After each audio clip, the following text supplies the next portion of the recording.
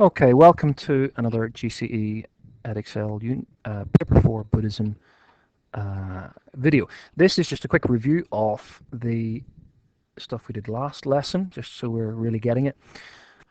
We're using Dominic Side's 10 acts of the Buddha. Remember, the acts of the Buddha in turn goes back to Ashvaghosha's um, 2nd century biography of the Buddha. So in Act 1, we learned last lesson in particular about Siddhartha's conception and the significance of the elephant dream of Queen Maya, that this is symbolized with this great being, this pre-existing, pre-incarnate being who is in a heaven. That's interesting. It's in the Pali Canon that it's in the heavens. I wonder what Mahayana has to say about that. Uh, and what Theravada has to say about the notion of a previous heaven, um, and so on. Act 2 was Siddhartha's birth.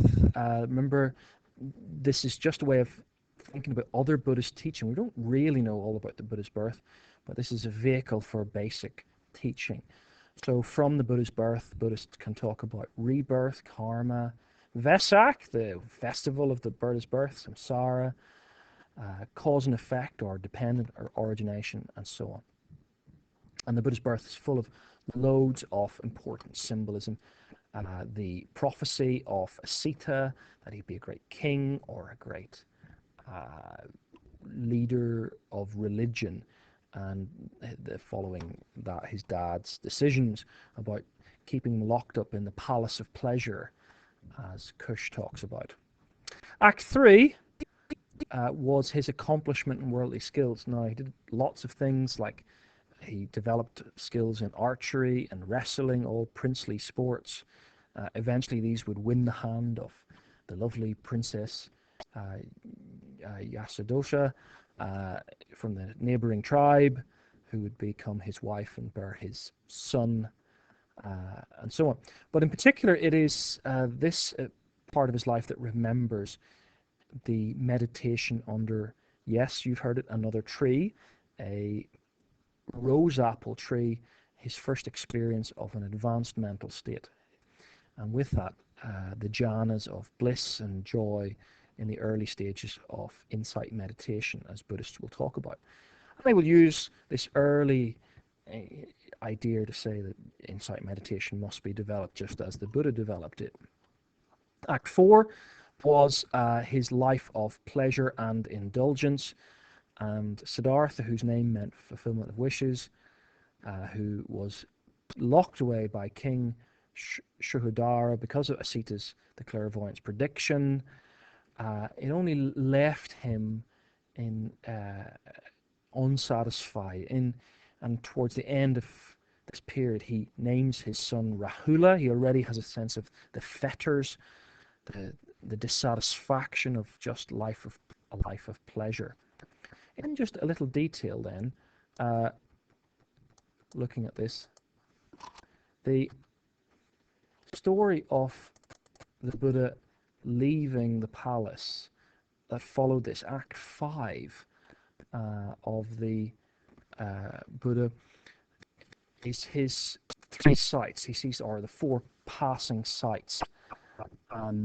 These are actually 4 different journeys, seeing people getting old, sick, and a dead corpse. Now, it's not realistic, the commentators suggest, for him, this is what Armstrong says and others say, that he'd never seen anything sick before this, or never seen anything ill, even with his father's attempts. But this is the dawning awareness of these things, the existential awareness of these things. And the 4th sign of the spiritual seeker, the sannyasin, who has no possessions but seems to be at great peace, is the most interesting for his life. He decides to copy and become like this, seeking truth of why people suffering. And so this event's called the Great Going Forth, or is followed by the Great Going Forth. This Siddhartha's, having lived a life of luxury, embraces and then seen the reality of suffering, knowing he'll never find contentment in the palace. that he will not even feel safe anymore in the palace, knowing the truth of old age, disease, and death. He decides to leave the palace. So he cuts his hair. You can see that in this picture here, a sign of becoming a sannyasin, a wandering spiritual seeker. And he's age 29. He renounces his life, cutting his hair, taking off his robes, giving these all back to Channa, his charioteer.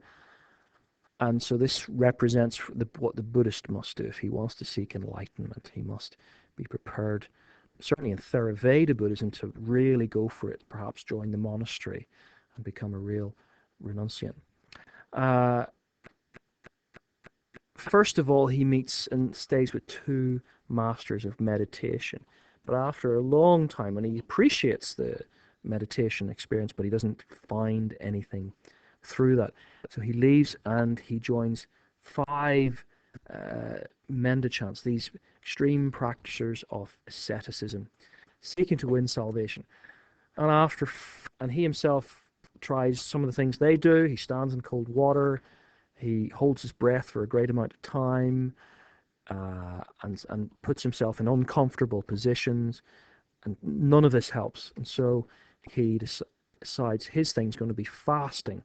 And it says he fasted so much he could touch his own spine through his stomach. But after 5 years of doing this, 4 or 5 years, he doesn't achieve anything. He's on the brink of starvation. And after 5 years of living on a single or multiple grain, just a few grains of rice a day, a girl turns up with a bowl of rice and offers it to him, as you would do for wandering holy men. It would be a great honor to give them food. Remember, the context of this could only happen really as the economic climate had progressed. So he decides to follow the middle way. Starvation will not lead to salvation, so he accepts the bowl of rice. Sometimes you see him just after this period holding a bowl of rice, and he gains his strength. Now the texts say this is really quickly. Karen Armstrong thinks, this is ridiculous. He kind of regained his strength so quickly and then go on to be enlightened. His middle way is thus neither to starve himself nor overindulgence, to pursue a healthy spiritual life which depends on a healthy physical life, being content with limited possessions, not wanting too much, but not worrying if you have a few possessions, means spiritual happiness, happiness of body, mind, and spirit. Now, it's worth just saying that all of that is just the theory of the middle way from Theravada Buddhism.